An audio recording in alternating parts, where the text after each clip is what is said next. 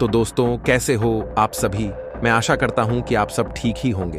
तो दोस्तों, आपको बता दूं कि मेरा प्रीवियस चैनल को यूट्यूब ने उड़ा दिया है। मैं बड़ी हिम्मत से आपका सपोर्ट चाहता हूं। मेरे सब्सक्राइबर पर न जाए, क्वालिटी कंटेंट पर जाए।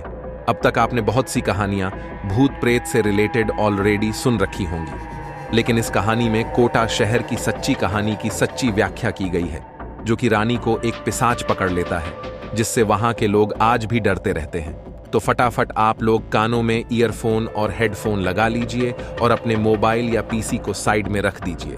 तो चलिए चलते हैं कहानी की ओर। कोटा राजस्थान का एक ऐतिहासिक और सुंदर शहर है, जिसे उसकी प्राकृतिक सुंदरता, ऐतिहासिक धरोहरों और शैक्षिक संस्थानों के लिए जाना जाता है। लेकिन हर खूबसूरत शहर के पीछे कुछ ऐसी कहानियां होती हैं जो समय के साथ धुंधली हो जाती हैं।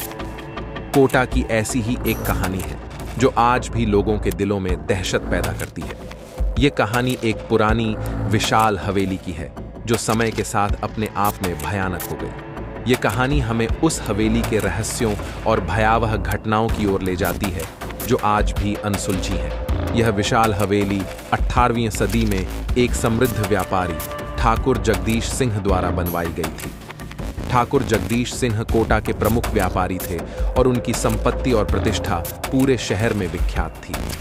हवेली की वास्तुकला अद्भुत थी और इसे बनाने में सालों लगे थे। हवेली में कई कमरे, बड़े बड़े आंगन और खूबसूरत नक्काशीदार दरवाजे थे। हवेली का मुख्य आकर्षण उसका विशाल बाग था, जिसमें दुर्लभ फूलों और पौधों का संग्रह था। ठाकुर जगदीश सिंह अपने परिवार के साथ इस हवेली में रहते थे। उनके परिवार में उनकी पत्नी, 2 बेटे और एक बेटी थी। उनकी बेटी रानी बेहद खूबसूरत और दिलकश थी। रानी को अपने पिता के बगीचे से बहुत लगाव था और वह अधिकतर समय वहीं बिताती थी। परिवार का जीवन खुशहाल था और हवेली में हमेशा उत्सव का माहौल बना रहता था। एक रात जब पूरा परिवार गहरी नींद में था, हवेली में अजीब सी घटनाएं घटने लगीं। दरवाजे अपने आप खुलने और बंद होने लगे, खिड़कियों से अजीब आवाजें आने लगीं और हवेली के गलियारों में किसी के चलने की आहट सुनाई देने लगी। परिवार ने इसे अनदेखा किया और इसे सामान्य घटनाएं मानकर टाल दिया। लेकिन अगले कुछ हफ्तों में ये घटनाएं बढ़ती गईं और अब तो यह हर रात होने लगी। एक रात रानी अपने कमरे में सो रही थी। अचानक उसे लगा कि कोई उसके कमरे में आया है। जब उसने आंखें खोलीं तो उसने देखा कि एक परछाई उसके बिस्तर के पास खड़ी है। वह डर गई और चीखने लगी, लेकिन उसके मुंह से कोई आवाज नहीं निकली। अगली सुबह जब परिवार के सदस्य उसके कमरे में गए तो उन्होंने देखा कि रानी नहीं थी। पूरे घर में उसकी खोजबीन की गई, लेकिन उसका कहीं कोई पता नहीं चला। रानी के गायब होने से पूरा परिवार सदमे में था। ठाकुर जगदीश सिंह ने पूरे शहर में उसकी तलाश की, लेकिन कहीं कोई सुराग नहीं मिला। वे कई तांत्रिक और साधु संतों के पास भी गए, लेकिन किसी ने कोई संतोषजनक उत्तर नहीं दिया। रानी के बिना हवेली का माहौल बदल गया। पहले जहां खुशियों का माहौल था, अब वहां उदासी और भय ने अपना डेरा डाल लिया था।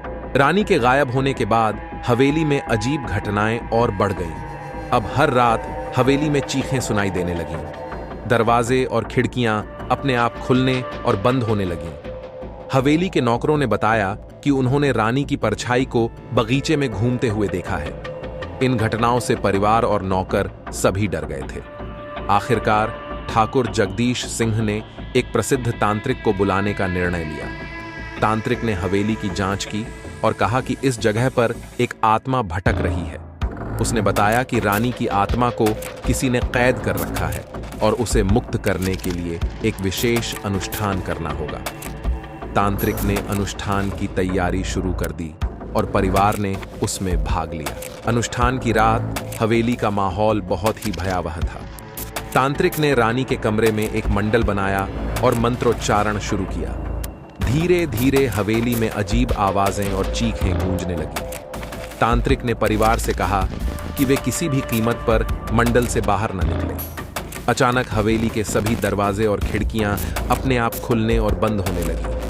हवेली के आंगन में तेज हवा चलने लगी और हर तरफ अंधेरा छा गया। तांत्रिक के मंत्रों के प्रभाव से रानी की आत्मा प्रकट हुई। वह बेहद परेशान और दुखी दिख रही थी। तांत्रिक ने उससे पूछा कि वह क्यों भटक रही है। रानी ने बताया कि कि उसे एक अज्ञात शक्ति ने कैद कर रखा है और उसे मुक्त करने के लिए एक विशेष अनुष्ठान करना होगा। तांत्रिक ने उस शक्ति को ललकारा और उसे मुक्त करने की कोशिश की। तांत्रिक की मंत्र शक्ति और परिवार की प्रार्थनाओं के प्रभाव से आखिरकार रानी की आत्मा मुक्त हो गई। उसने अपने पिता को धन्यवाद दिया और उनसे विदा ली। रानी की आत्मा ने कहा कि अब वह शांति से स्वर्ग में जा रही है और उन्हें अब किसी भी प्रकार का डर नहीं रहेगा।